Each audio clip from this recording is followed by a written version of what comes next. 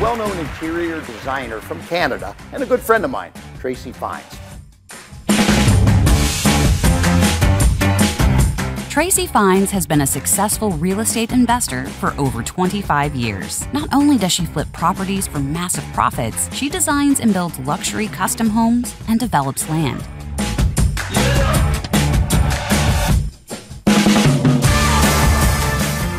Tracey is an experienced investor and builder, published interior designer, and she has won numerous awards for design. Tracey is an award-winning author and international speaker who has been featured in international publications and on television. Having a zest for life, a love of great design, and an enthusiasm for creating beauty, she will uplift and inspire you to take massive action in your life to achieve your goals. And she wants to help you do the same. Please welcome Tracey Fines.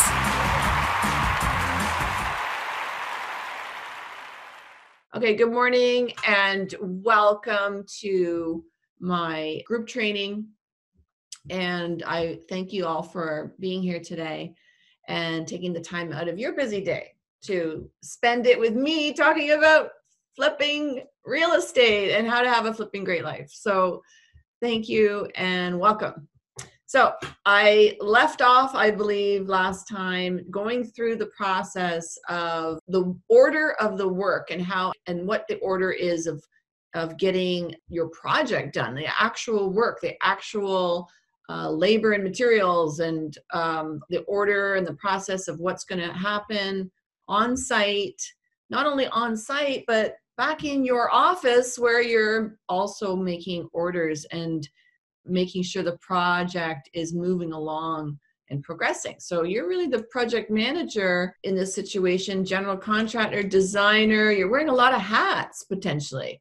Now, of course, you can hire a general contractor. You can hire even a project manager and a designer. You can hire everybody and be more hands-off. But when you're starting into this flipping great life, you are going to be getting your hands probably dirty yourself. You might even do some of the work yourself.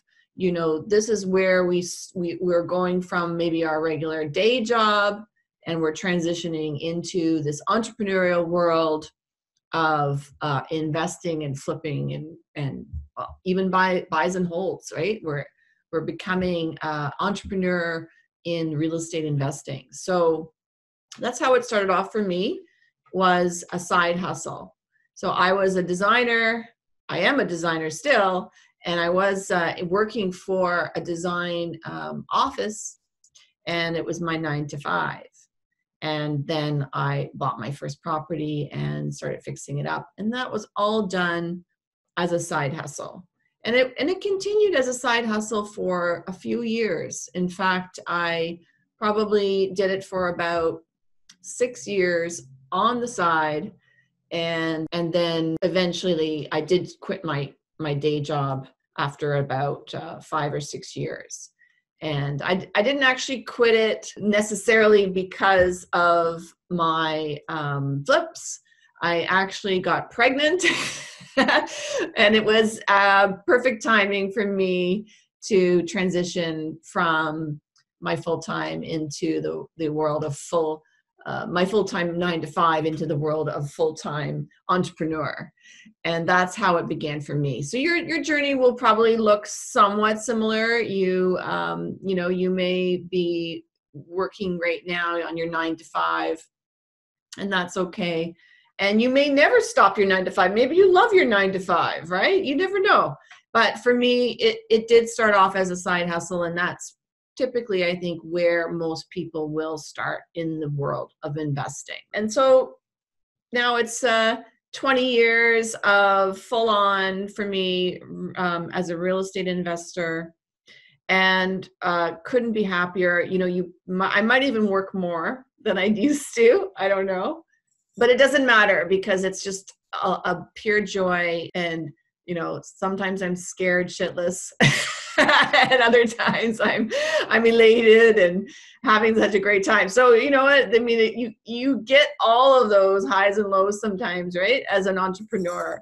But I wouldn't change it. I wouldn't change any of it because I get to create. And when you're a creator, I mean, we are all natural creators anyway, my belief, but it's the best place to reside when you get to create and you get to see your creations firsthand. You know, it's really rewarding.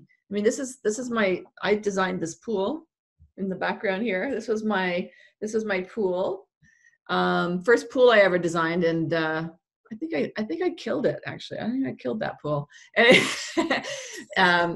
But it's just really, really rewarding. So I know that you're passionate about this, and that's why you're all here today.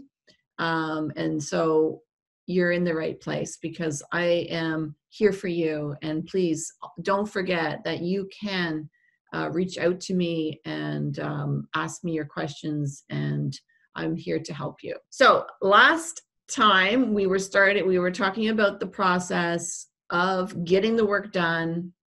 And I told you that there are two process streams. There's the labor stream. That's the labor, the actual work that's getting done on site. But there's also the material stream. So when we're talking about construction and project management in renovations and whatever kind of construction this is that you're going to be doing in this flipping world, you are going to talk a lot about labor and materials. This is a very common discussion, labor and materials.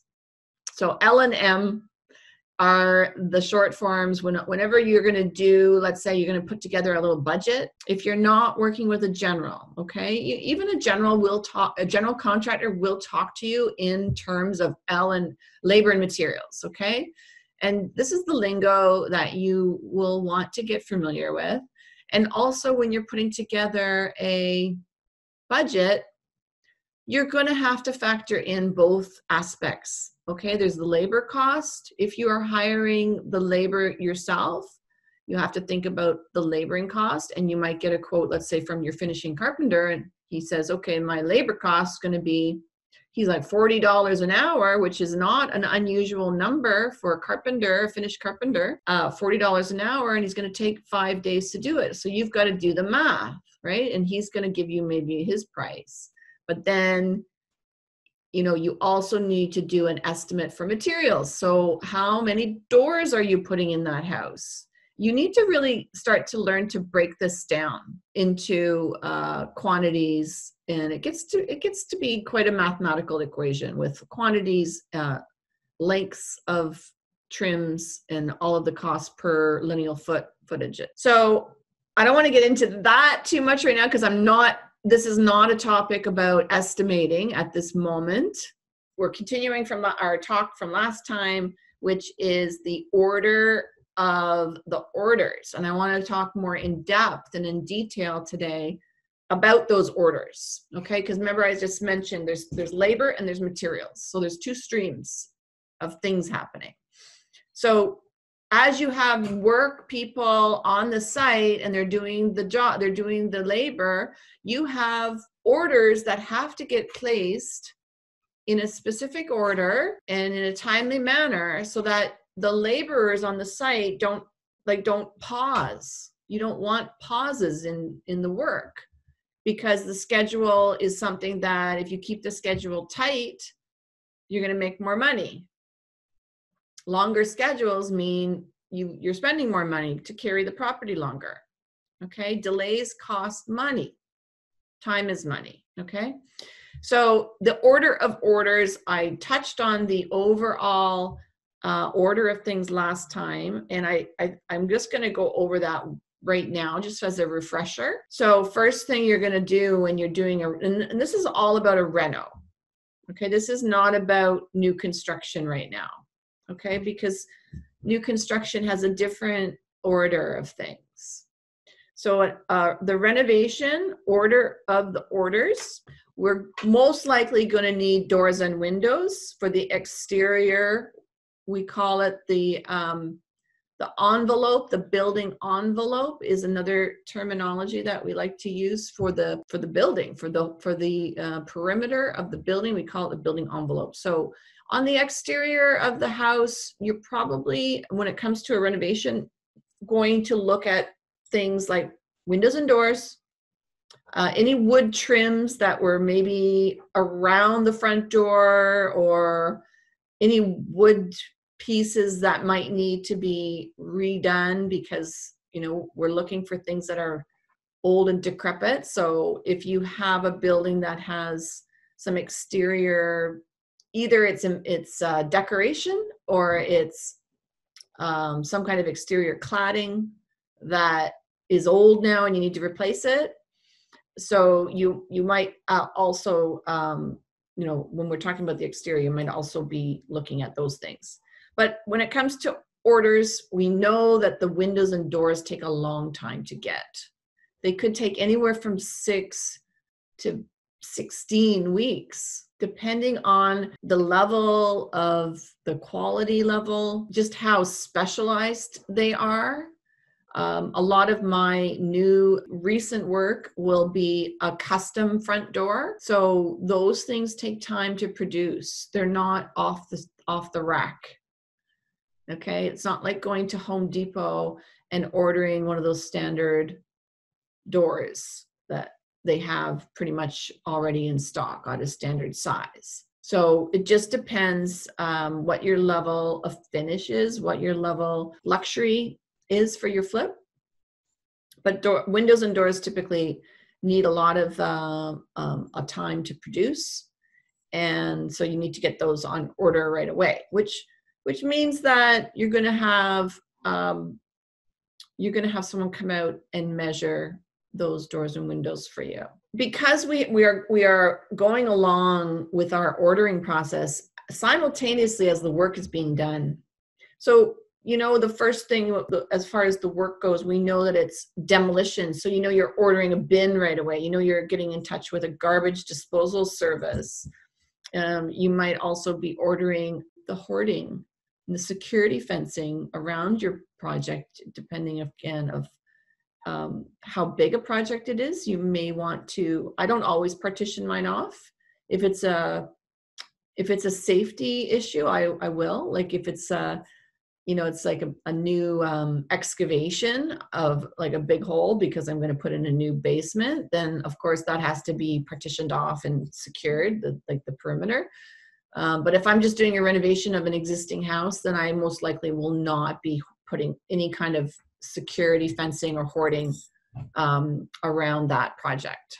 And you most likely won't be either doing that for your projects. And then the next step after we have the demolition, we have, of course, the framing. So we know that that means that we've got to have some material there for the framers to come in to do whatever they're going to do. If they're moving a wall or opening up a floor plan into an open concept, they're going to need maybe some beams. You know, you might have some steel that has to happen here, but you're going to have to get the lumber on order. Now, lumber is readily available typically, so there's really not a lot of ordering time that you need for that. And I like to have my I have my account set up at Rona personally. Rona gives me a 10% I think it's a 10% discount, but they also give me air miles. So I end up with a lot of points, right? Because sometimes my orders are $30,000 if I'm building a house, right? That's a lot of lumber. So you will want to set up accounts too my account started off being Tracey Finds Interior Design, and I was just doing little renos, but I still set up an account and you'll get the same benefits. So you can set up your accounts, and if you want to just incorporate yourself, that's a great idea. If you want to, you know, name yourself some, I mean, you don't really need business cards anymore because no one's really, like, we're all kind of virtual these days. We don't even need business cards, but I mean, you could just, I mean, I think incorporation is a great idea because you can certainly save on some taxes and you have a lot of expenses you can write off. So that's an idea that you should discuss with your accountant. Okay. I'm not a specialist in that, but that's one way that I do it. I don't always do it that way. Sometimes it is a principal residence that I'm doing. So it depends. So I definitely recommend getting accounts set up, and you may use the same lumber people over and over and over and over again. And like any materials, like well, Rona sells everything practically. So you can get a lot of stuff from Rona, or even any of the big box stores, right?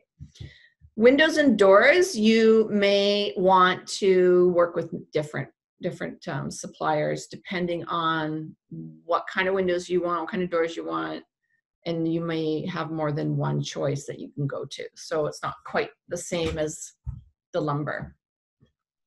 So you want to get that lumber on site, of course, so that they can do their work and keep the job moving.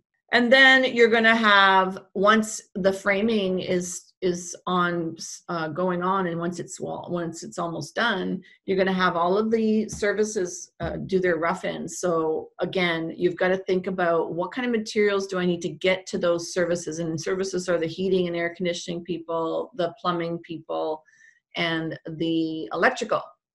Okay, and there's also central vac, and there's security wiring, and all the things that go inside the walls are the services. So you have to now switch gears and say, okay, what do the service people need to know so that they can put the pipes in the right place and the wires in the right place? Because the next question they're going to say to you is, well, where do you want the kitchen sink? And you're going to go, oh, I don't know, I didn't think of that.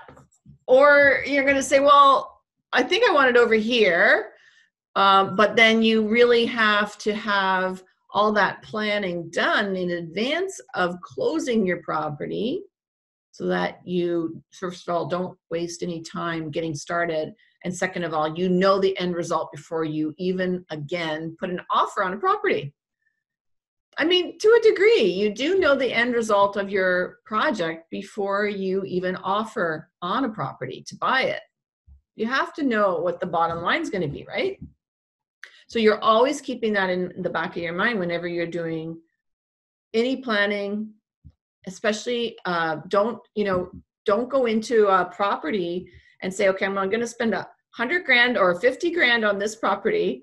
And then when you get it, you get so excited. You're like, well, I want to do better things now. And then, I'm going to spend 70. Well, don't do that. Okay. Because you're going to lose control of your outcome. So you really have to stick to the budget. And I'm notorious for upping the budget. I'm like, we'll just do a little bit nicer thing here. Right. And that doesn't always come back to serve you in the end. So then what I'm getting at is, in order to know where the kitchen sink's going, you need to know what the sink is. You need to know, am I having two sinks? Is one a bar sink somewhere and one's a regular wash-up sink? You need to know what your fixtures are. So the next thing you're going to really start to think about and specify are the plumbing fixtures. For example, the plumber's going to come in and he's going to do his rough-in into the walls. What height is that shower head going to be at? What is the shower head? Is it an angled shower head, or is it a rain shower head? You need to know where these pipes are going to need to be put, because the trades are going to ask you, what did you buy for here? You're going to say, is there jets on this shower? Is there a handheld shower component like the wand? So you really have a lot of detail to sort out, and you've got to get these things picked. Now, you might not have all those things picked right before you close on the house.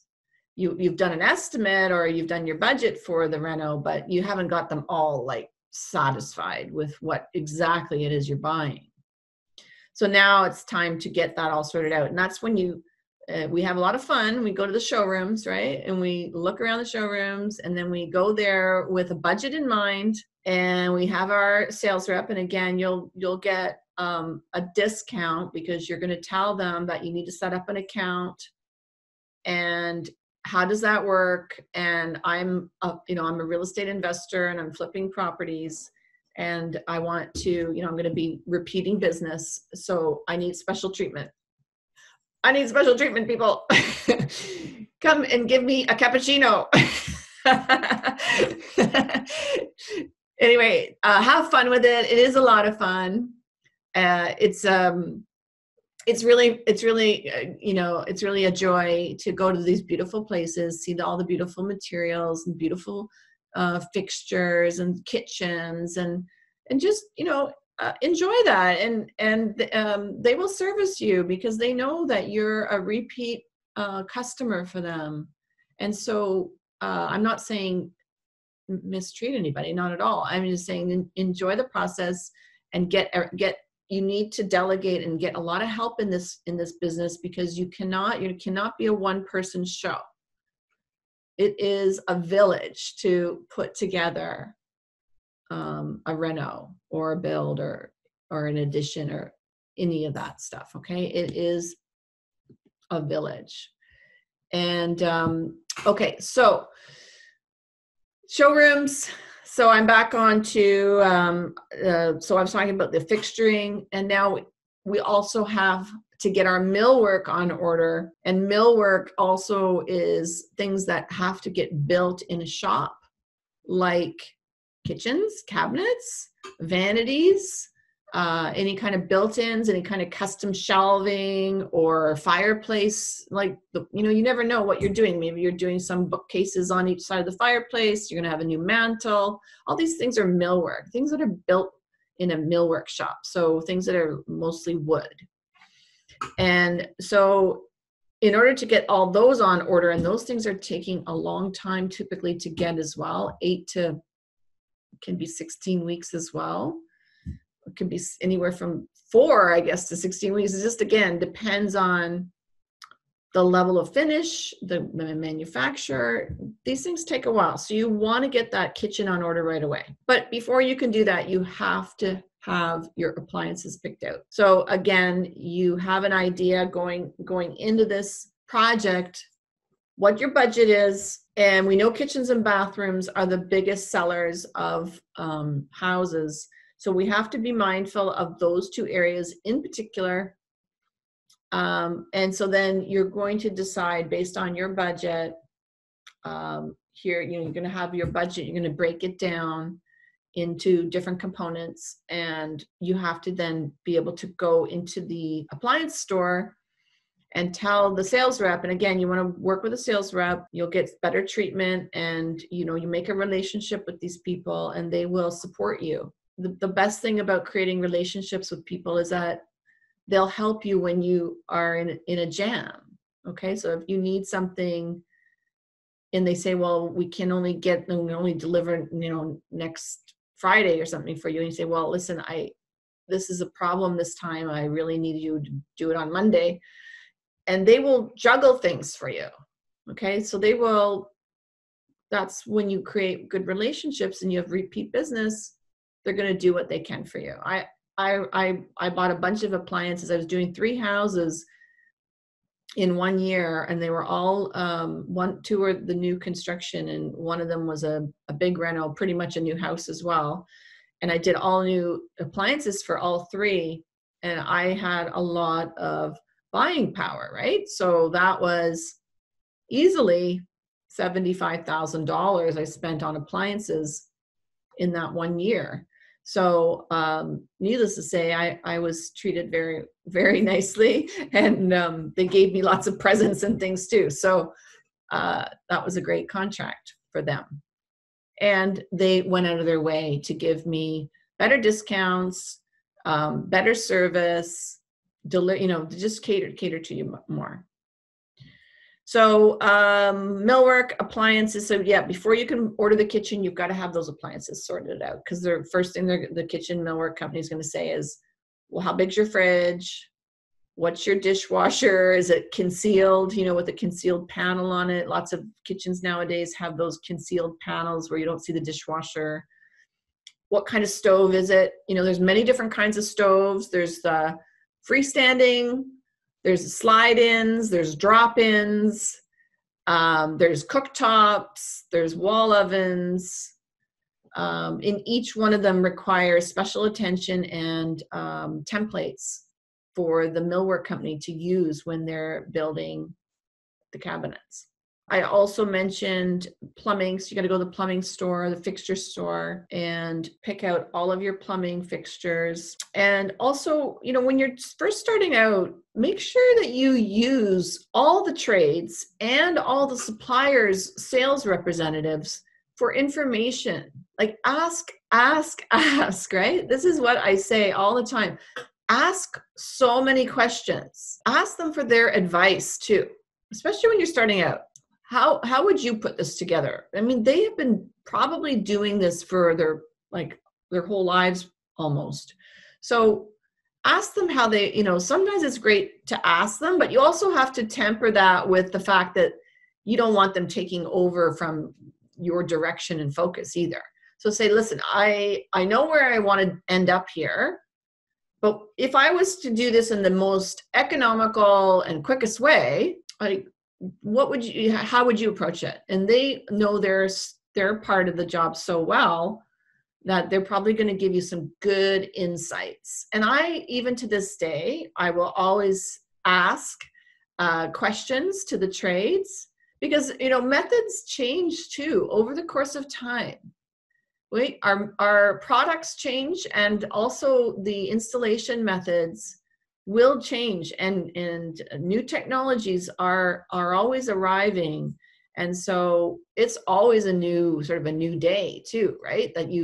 I'm seeing, like, it used to be all copper pipe, and now it's for plumbing, and now it's plastic, right? So it's just all different. And it will change over the course of time. So it's always good to continually be a student of this world of flipping and always asking and learning. Maybe on this job, you're going to do it the way that you had intended, but maybe on the next job, you'll say, okay, we can go a different route this time and use plastic instead of whatever it was.